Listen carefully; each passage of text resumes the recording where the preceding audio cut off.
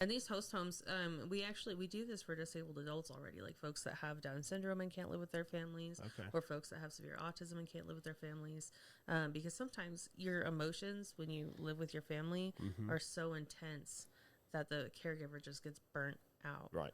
And so this host home is just a very generous home that gets paid to take care of these folks. And they get paid well to do it. Do they get paid by the government, though, through various They would get programs? paid by us, and we would get paid by Medicaid to administrate the program. Okay.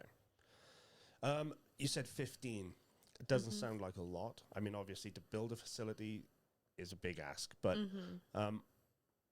does 15 represent the number of people in Montrose that need this kind of help?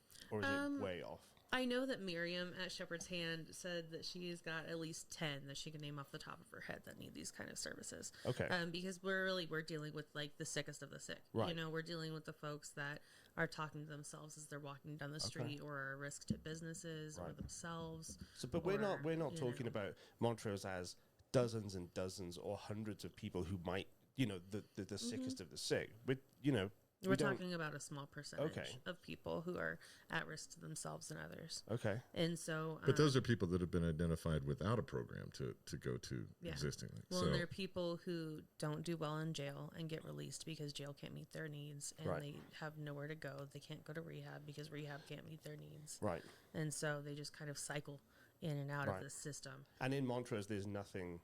I suppose I should ask, but is there, like... these people who, when their needs are not met in prison or other places like that, is there somewhere they can go right now to have somebody help them get a driving license and Social Security? Or is, I guess I'm asking... What are the existing programs? Yeah,